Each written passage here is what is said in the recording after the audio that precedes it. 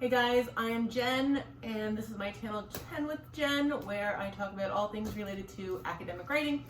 I know it's been a while since I've posted, but I did want to come on. Essay season is beginning, and I wanted to share with you some things to keep in mind as you are working through your research, taking research notes that will help you get your first draft written of your essay a lot quicker. Because oftentimes what I find happens with students is they do the research, they sit down to write, and crickets. So stick with me if you want to write research notes, content-rich research notes that will help you when you sit down to write, so your first draft comes together a lot quicker. So let's just start by going over what is the difference between research notes and study notes, because these two kinds of notes serve different purposes, and so we want to talk about what that is. So study notes are generally used to recall information. They're the notes that we take when we have a chapter book, when we have a textbook with dense material that we are trying to learn and then be able to recall on tests and apply, right? So that sort of information is what we are generally putting in our study notes when we have an exam that we're going to be tested on the material of and how well we understand it, how well we retain it, and how well we can recall it. But our research notes are serving a very different purpose, right? We don't walk into an English exam and the teacher is like, okay, now tell me exactly what you can remember from your article that you read. That's not how it works. What we want to be doing with our research is taking ideas, evaluating them, interpreting them, breaking them down, and thinking about them critically so that we can then construct an essay that shows our thoughts on a specific topic. Because remember, the point of an essay is to put our ideas in conversation with other scholars' ideas, right? It's kind of like, instead of, you know how you see those discussion panels where people sit at a round table and they all share their thoughts and they have an engaging discussion on a topic? This is really what we're doing in an essay. It's just, instead of sitting down at a table having a discussion, we're having discussion on paper, and then those papers circulate, and that's how we understand everybody else's positions and perspectives on a topic. So the purpose of the essay is to have ideas, to think about what an author said, to evaluate it critically, to interpret it, and then to be able to share that on paper while taking other scholars whose research and articles you are reading into consideration and showing how they connect to, diverge from, align with your own, okay? So two very different purposes between research notes and study notes. And if we want research notes that are going to make writing our essay easier, then we need to make sure we are including the kind of information in our research notes that's actually going to help us. So let's jump into what kind of information you are probably including in your research notes that is maybe not helping you, okay? The first kind of information I see a lot of students include in their research notes is copying word for word of passages. They're reading an article, they're reading a text, and they come across this one passage and they're like, oh, yes, that's exactly, this is so insightful, maybe I understand this really well, and then we start putting into our notes exactly what that is. This is actually a very big waste of time. One, because that passage isn't going anywhere. Nobody's going to take it away from you. It's not going to disappear.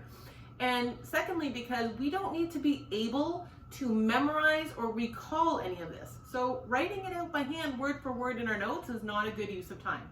If you come across a passage that you think is really interesting or eye-opening, or some kind of like, I don't know, what's that word? Like a revelation to you, then what you're going to want to do is make a note of the page number and maybe add a few words after that mentioning what it was about, so that you can come back to it and return to it, okay? But copying it word for word, not a good idea. Another thing I see students often do in their notes is they summarize an article, right? And this is a skill that we're taught in high school, how to go through, let's identify the author's thesis, then let's look at the first argument and figure out what it is, and then you might want to jot down the different kinds of evidence that he used or she used, and we work through an essay like this, right? So we're basically creating an outline of the essay itself. Kind of like if we were the author, we're kind of recreating that outline that the author would have would have constructed before writing that essay or that article, right? Now, the thing with that is, we are not trying to explain what an author said in our essay. Remember, that's not the point. We're not there saying, well, so-and-so said this, and so-and-so said this, and so-and-so said this. We're trying to create a conversation. So we don't want to know what an author said, we want to know why it matters, okay? So just taking summaries or working through the article, pulling out the main ideas and the key points is not going to benefit you when you sit down to write, and only including that information because they're not your arguments, they're not your ideas, right? They're the authors. So while you maybe need to know them, they're not, if that's what your notes consist of, they're not going to help you when you sit down to write. The third thing I see students often do in their notes is they read a passage and then they write a couple of dot jots about it. And then they read another section of an essay or an article and they write a few dot jots about it.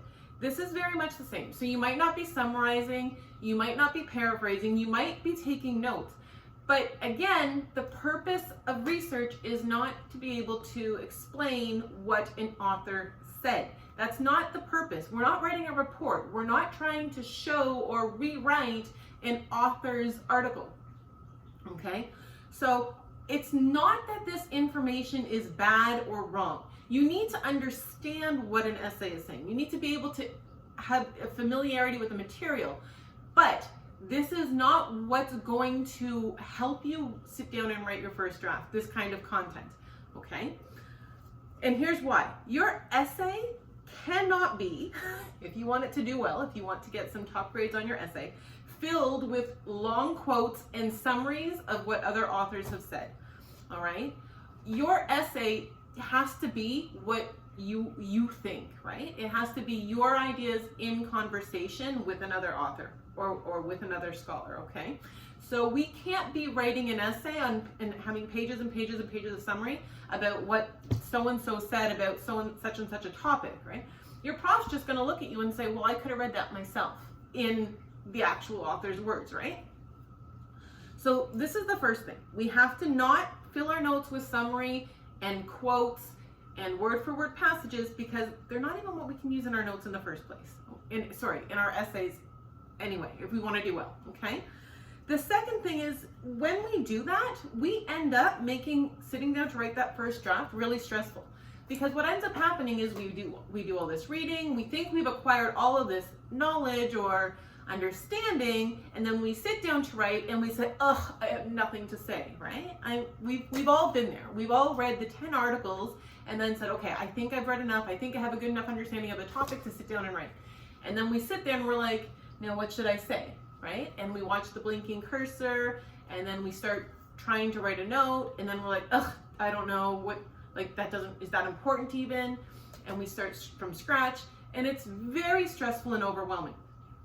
This is a direct result of having not worked through the text actively. This is the symptom of, let's say, passive reading, okay? Sitting down not knowing what to write in your essay is a symptom of passive reading. When you read actively and when you take research notes and fill your notes with the types of content that are actually going to make their way into your essay, then you remove or you eliminate having this problem later on down the road in the writing process when it actually comes down to stringing your ideas together, okay? So what should we do instead? This is the big question, right? You're like, Jen, I know. Okay, so you're telling me not to copy passages, you're telling me not to summarize, you're telling me I really shouldn't be like filling my notes with paraphrasing, you're telling me that dot jots aren't good. So then what am I supposed to do, Jen? What am I supposed to put in my research notes? Okay, perfect question, because I am going to tell you, I'm going to give you 2 guidelines for what kind of info you want to be putting into your research notes that will actually help you when you sit down to write, okay? So they're guidelines. I do have on my website a free PDF called Content Rich Research Notes that outlines 5 specific types of content to put in your research notes so that they will actually help you write your first draft in record time, okay? So if you want to take advantage of the free PDF, Content Rich Research Notes, check out my website at 10withjen.com and you will find it there. It's absolutely free, and then I will email it to you, okay? But before you do that, I'm just gonna give you two kind of like principles or guidelines that will help you position that type, like those types of content, okay? So here's the first guideline that you want to keep in mind when you are reading an essay or a scholarly article for research purposes to use in your essay. The first thing I want you to do is, I want you to tell yourself, I'm not gonna write down what is said unless I'm going to explain why it matters, okay? So quite simply, don't tell me the what unless you're going to tell me the why, okay? So anytime you make a note, anytime you're reading an article and you're like, ooh, yes, I gotta write that down.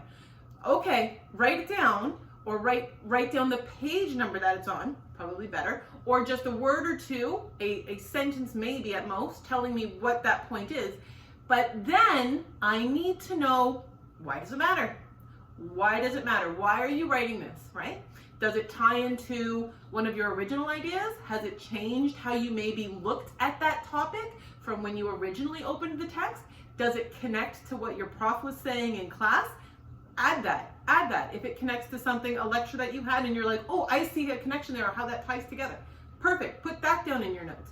Maybe you're like, oh, you know what? I read about something similar in another class. You know what? That reminds me of this other article. Write that down. So don't tell me what an author said unless you're going to tell me why it matters. And your why is going to be specific to you, which is where your contribution to the conversation comes from. And that is what is going to make your content notes rich, and that's what's going to make your essay filled with your ideas, as well as what other scholars and authors have said, right? So that's where we have like this interaction, interweaving of ideas coming together, and that is what good, solid, strong essays do. So that's your first guideline. Your second guideline is, this is so important. Write down what you thought, your own thoughts that happened in your head as you read, okay? So write down what you noticed. Write down what you found when an author said such and such. What was your reaction? What did it trigger? What idea did you have? If you stumble upon a passage and you're like, why on earth is the author talking about this? Write that down. Write down a question mark. Why mention such and such and such? Okay? Because what we're doing is we're paying attention to your own dialogue and to how you are processing the information. And this is what we want to do in an essay. We are exploring ideas. So how your ideas change, transform, how they come together, this is all what we want to include in our essay. Because essentially you're going to want to walk your reader through how you started this idea and how you worked it out, right? So by charting that process as you read, by paying attention to the conversations you have, by what you're noticing in the text, that's an interesting example. I never thought he would have included that. Write that down. What makes it interesting? Why is it unexpected? These are the ideas that are going to prompt insight and push you into critical thinking and explorative thinking, okay? And exploration and curiosity is really what is at the heart of every strong essay. So those are the two things that you want to keep in mind as you are writing research notes, like these two guiding principles. And then, like I said, if you want the 5 types of content that you want to include in your research, more outline, more and in a PDF that you can throw on your computer and pull up or screenshot a couple of slides of as you are working through your research notes, then head to 10withjen.com, grab the free copy, content-rich research notes, and you will be on your way. All right. Okay, I am Jen. Thanks for listening. Hope that helped. Please give this video give it a thumbs down. Please give this video a thumbs up if you found it helpful. Help me boost this channel a little bit. I really appreciate it. Hope you're having a great one, and I wish you all the best with writing your essays.